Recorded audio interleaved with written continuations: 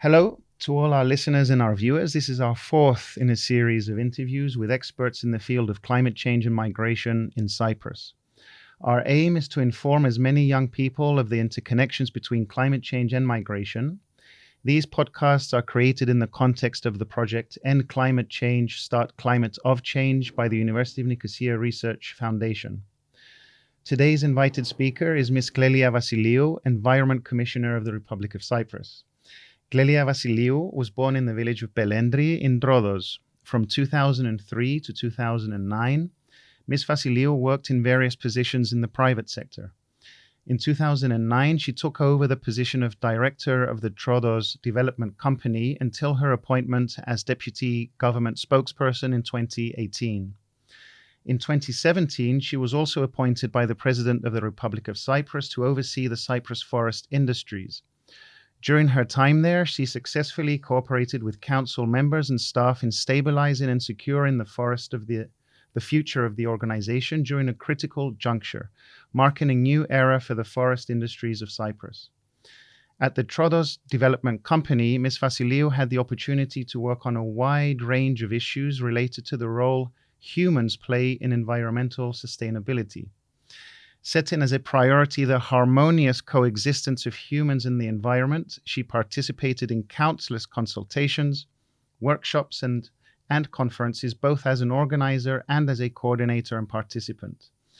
The proclamation of the wider Rhodos area as a UNESCO World Geopark is the result of the above efforts, since the geopark incorporates the full range of environmental protection that facilitates a scientific, administrative, tourist development, and environmental point of view.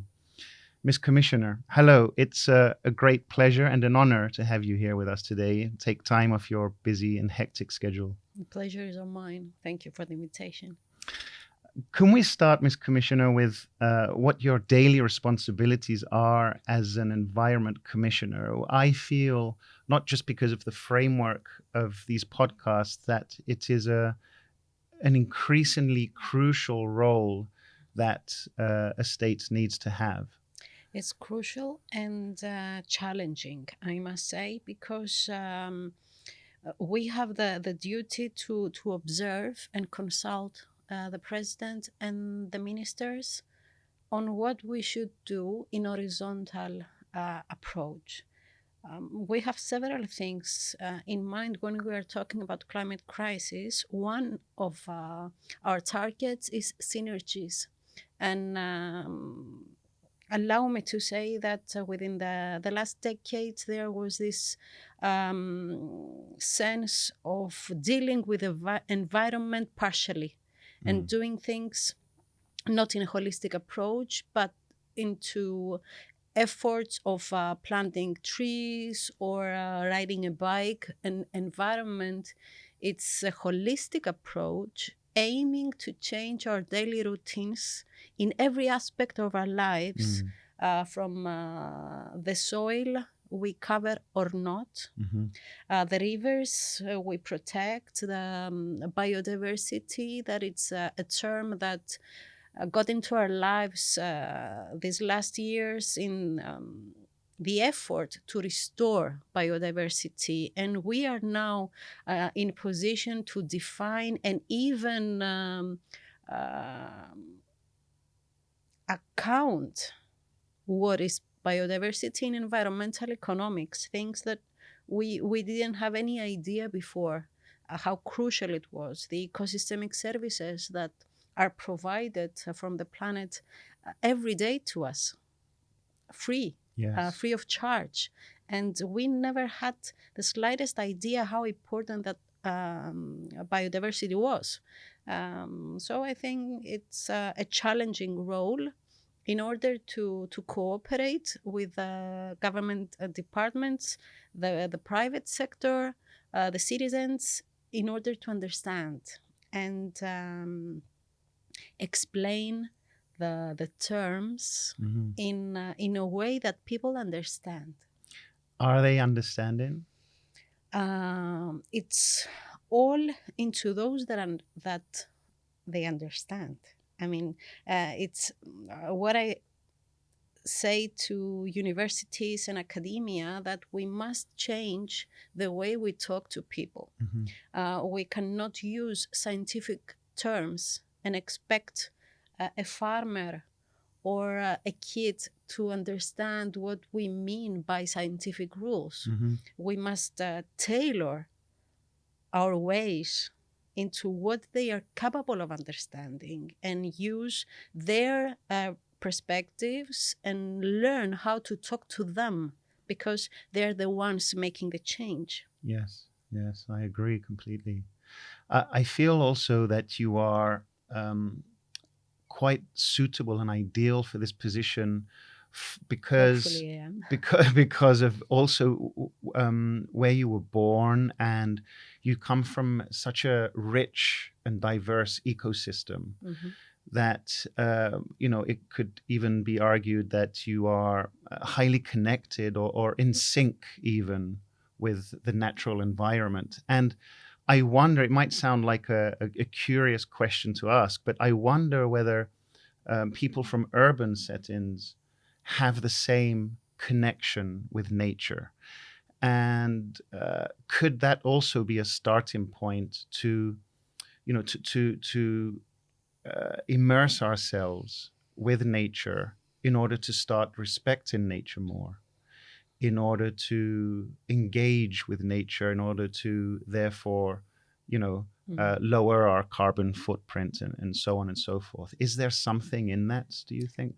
It is one of the most important things, because when we are out of nature, let's say, if in a simplistic way, out of nature, and we live in a city, we care about the environment, but we cannot realize what we mean when we are talking about the environment. Growing up on the mountain, I was born in Mountain Day. Wow. So I was in the mountains with my grandmother, planting trees, picking up fruits. She was explaining how the earth needed to rest. She was saying that we cannot plant this year because we used the land for 2 years and the land needs to rest. That was our everyday conversations. It was not teaching. Yes. It was not in a classroom that I was supposed to learn how the ecosystem works. It was I was experiential. living in it. Yeah. And the food we got from the soil, and because there was cold and the bees weren't out, we didn't have the same quality in fruits. So it was something that I grew up with. And I find it very important for children to experience the natural habitats, Yeah. not only learning about it from PowerPoint presentations or National Geographic documentaries. It is crucial for students to be in nature and experience the way that they sleep on a river, on a rock, to see how the water flows. It is important to learn even physics through water streams. It's not that difficult. We must decide that now it's the time to rejoin the ecosystems, because we're part of it. And we excluded ourselves. We called environment and nature habitats something else that we must protect. And we let ourselves into concrete houses, and we said we must protect that. And at that time, we didn't realize we don't feel part of it. Actually, allow me to say that even the phrase "we must save the planet" makes us believe that we are stronger than the planet and we can actually save it at the time that we don't feel weak enough in order to join the earth forces and learn to deal with it.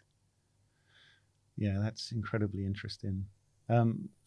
But at the same time, though, okay, the pandemic has had a profound negative effect on everyone's lives, of course. But looking maybe at a few of the positives, I feel a lot of people have taken to nature a bit more, particularly when everything was shut down. In a way, we were almost forced as an only option to engage with nature. And because of this acceleration of the connection between nature and humans, that has been a good thing. But can we sustain this? Is it something that we can continue doing? And if so, how can we go about doing it? It's a basic need that I believe that pandemic gave us the chance and the opportunity to relocate our basic needs to communicate with nature. We have a lot of distraction nowadays. We have many things in our daily programs, many obligations that does not leave us with clear mind to miss nature, to go out to nature. We run all day and then we realize that we have a headache, we have body pains, and we don't realize that we need to express that, to let it out in nature. Pandemic gave us the time to think that we need it, that it's basic. And I believe that there are a lot of people changing their daily routines or changing their way of mind for that. Yeah. I believe that for a lot of people that changed the way they feel about nature. One of the interesting things that I find about our island here, and particularly about the mountainous region of Rhodos, is that it's connected to the urban. I mean, it's connected to Paphos, to Limassol, and to Nicosia. So there is a bridge there. I mean, there is a strong connection there. So, it is something that exists, and we should be able a lot easier, as you say, to coexist with nature. Actually, nature is everywhere. Okay. Vasilleiou River, it's one of the most important ecosystems we have in Cyprus. It's a river that it's a habitat for more than 100 birds, reptiles, turtles. And the endemic turtle of Cyprus is in Vasilleiou River. I mean, when we miss nature, it's not really far to find. As long as we have the eyes to see it. Even Rhodos, if we call the importance of a spine to the human body, that's Rhodos for Cyprus. 60% of Cyprus land is Rhodos Mountains. The geological heritage is quite important, and due to that, famous all over the world for our ophiolite complex, which due to the geological diaspora, we have this specific biodiversity and the pines, the plants, the wild flora and fauna. It's really important all over Europe, not just Cyprus. We're a bit of collection from the Middle East to Europe, and the birds using our land to rest or even to breed between North Europe and Africa. It's really important to realize that we are very, very, very important in biodiversity. Yeah. The accomplishment of making Rhodos into a UNESCO geopark, and congratulations on you and your team for achieving that. I'm assuming will attract even more attention. It will bring in more scientific research, tourist development, and so on and so forth. Is it true to assume this? Is that the kind of coverage that we could... That was the target, actually, because when I first participated in a conference in Brussels, there was this Japanese scientist that saw my signing as Troodos Development Company. He said, you have the ophiolite. How delightful I am to meet you. And I had no idea what was the ophiolite. My first 3 months in Troodos Development Company, and when I came back, I felt so insulted as a local admirer. I love the mountain, and I haven't even heard how important Troodos was for the geologists all over the world. And I said, we have to do something about it. So we contacted this project that actually aims into promoting the terroir of the area, even the terroir of the people's personalities, because our personality is formed by what we are surrounded by. People in the wine villages have certain personality because they are winemakers. And they laugh a lot, they get angry easier, rather than the people living in the forest and dealing with forestry professions. They are different, they have other ways, they have other hobbies. So they are families, the way they build their houses in wine villages, because they have access to white stone of Kivides, they have totally different architecture from Kakopetria, that they have access into the river, and they get the materials from there, and they build in a total different way from Pitsilia, that it's actually like a cliff, and they had to build on earth. Right. So they were creating architecture shapes that were tailored to the land, to the environment, to the land, to the sun, to what they needed as bioclimatic performance of their houses, warm for the winter, cooler for the summer. So it is a complexity of culture points, and environmentally, gastronomically, because even gastronomy, even the food we consume comes from the earth. And if you have, let's say, limestones or chalk soil, you have vineyards. And the older people had all this wisdom that today we invest in it, and we have beautiful wineries today in Cyprus. Up in Troodos Mountains, we have even the highest peak vineyards in Europe, in Madari. Yeah, beautiful, beautiful places to go visit to. It's incredibly beautiful. Even in tourism, we invest on our local qualities, because when we are talking about competitiveness, we cannot do that if we don't promote our unique talents, characteristics.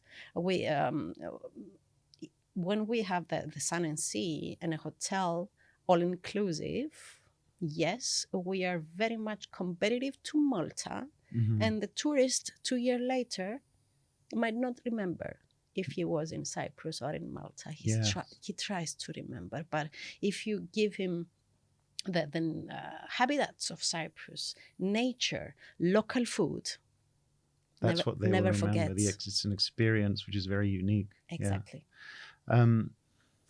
I know also that you are very much involved in discussing the different environmental laws and policies. As you had mentioned in the beginning, some of your responsibilities are to various politicians and different other committees.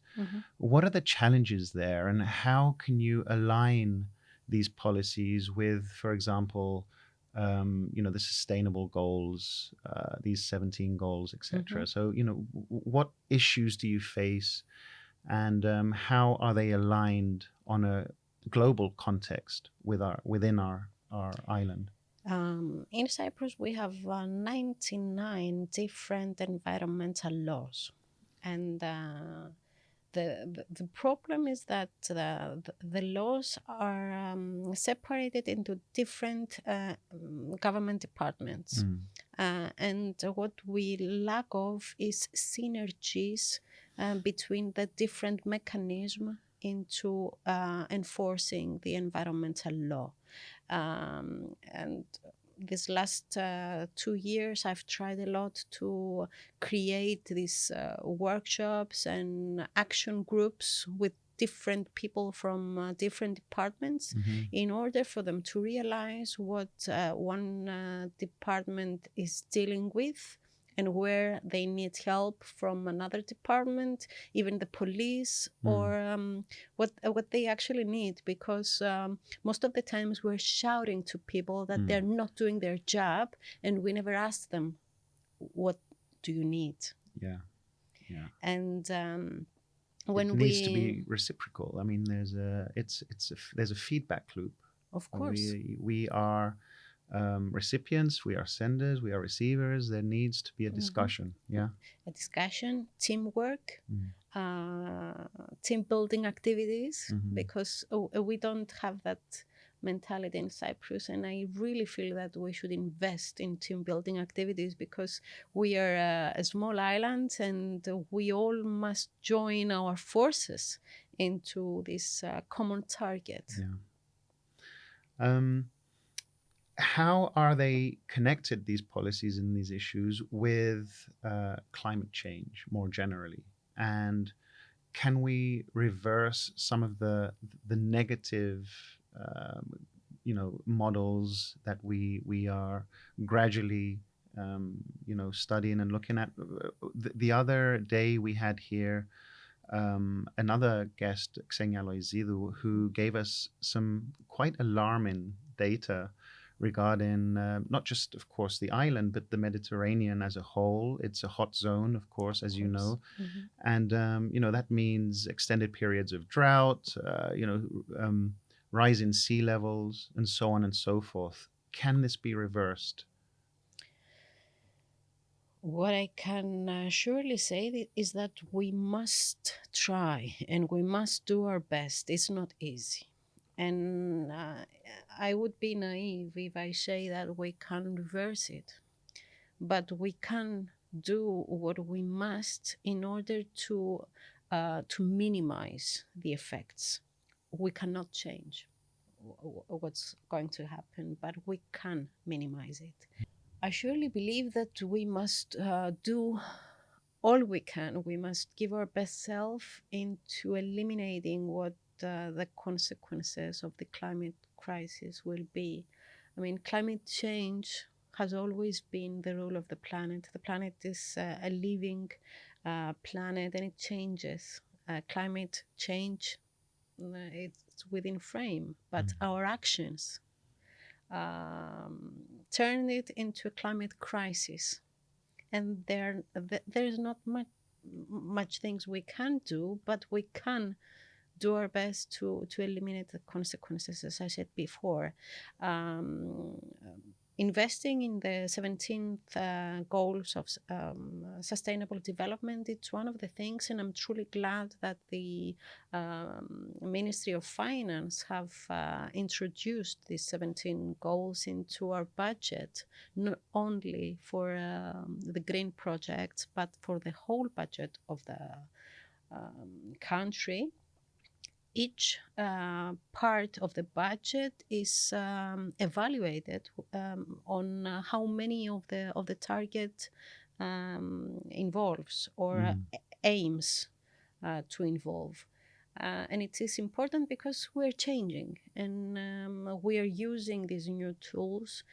We have several funding tools now for the green transition and for the industries and for the roads, for the use of bikes, for electric cars. We are in several changes, but we need to do more, of course. But that change is not that easy either, because For decades, we've been so unaware of what we were creating. And now we have to turn the world upside down in order to manage. Based on what we're you've just facing. said, would you say that a lot of what we have to do, therefore, is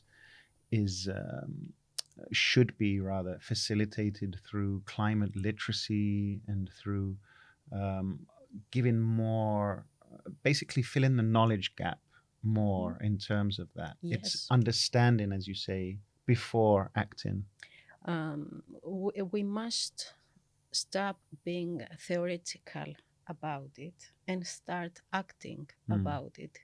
First of all, as citizens, and then persuade the people deciding that we need the change, because there are times that I feel that we need the change. We ask the government to turn the world upside down because we must face climate crisis. But when you ask the person, what is climate crisis? Cannot easily reply. How climate crisis translates into their minds. We must be more careful with the way we use waste. Because it's not garbage, it's waste. And waste, it's a financial source that we're not thinking about right now. Our environmental act starts from the point we get into a supermarket and we decide what we buy. If we start thinking about the waste we are making before leaving the supermarket cashier, it will be a critical change. It's not only about the project that the government creates or implements. It's mostly about our behavior as citizens. What we ask, what we're dealing with, what we know, and how to do it. It is important, therefore, and that's why we're working a lot with students to even realize that there's no profession not linked with environment. Because we've heard a lot that I'm studying law, I have nothing to do with environment. I'm not studying environmental studies. I'm a teacher. I don't have much to do with environment. I'm an architecture.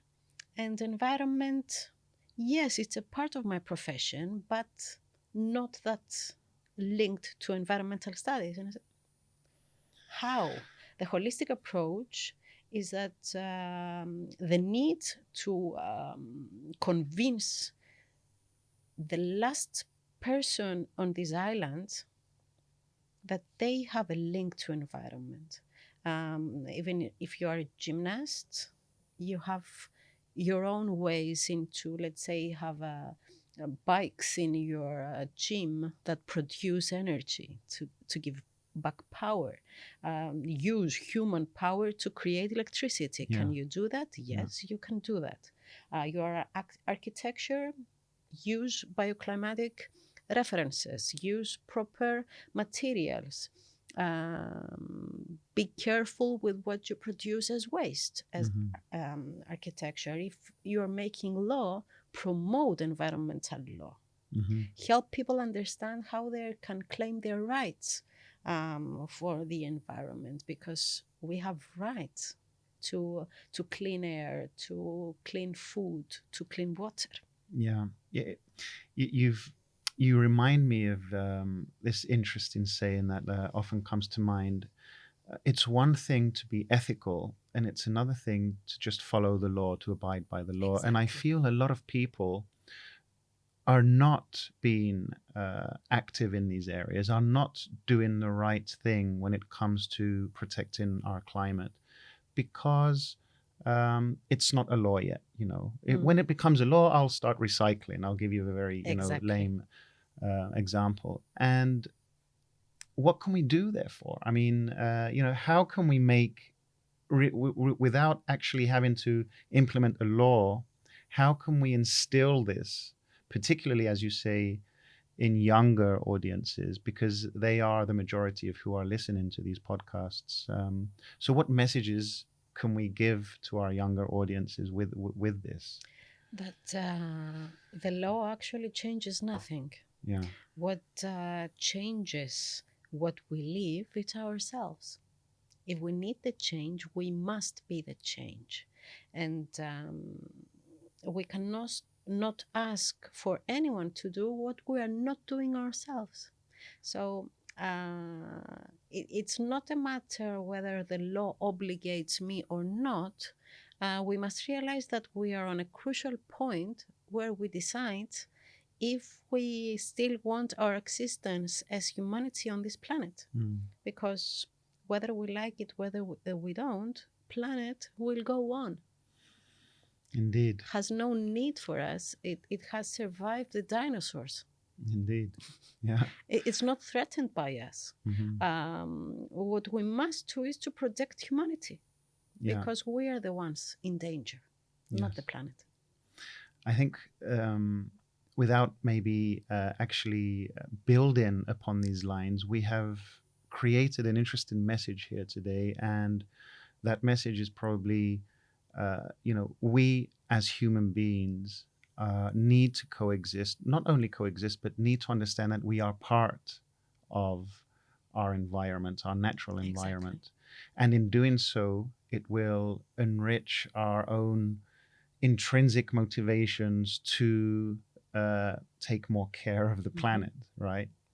What I will ask the young people to do is to start observe nature. Yes. Observe the way nature behaves. Observe the change of the colors of the trees from spring to autumn. Observe the species. Observe the birds.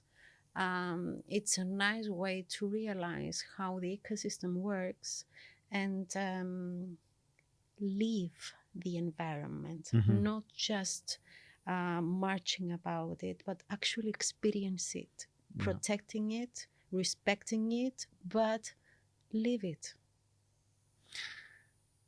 Ms. Klelia Vasilleiou, Environment Commissioner of the Republic of Cyprus, thank you very much for this podcast interview. Thank you for your time. Thank you. Thank you for the invitation.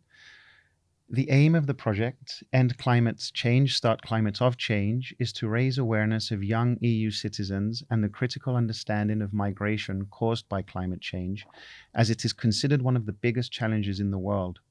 Through the implementation of the project, the Research Foundation of the University of Nicosia aims to inform the young citizens of Cyprus about the relationship between the economic system in which we live, our way of life, and the human impact on climate change in the world south. The project is funded by the European Commission under the Programme Development, Education and Awareness Raising, DEAR, of the European Union. For more information, you can go to climateofchange.info/Cyprus. My name is Nicoli, and thank you so much for your time again.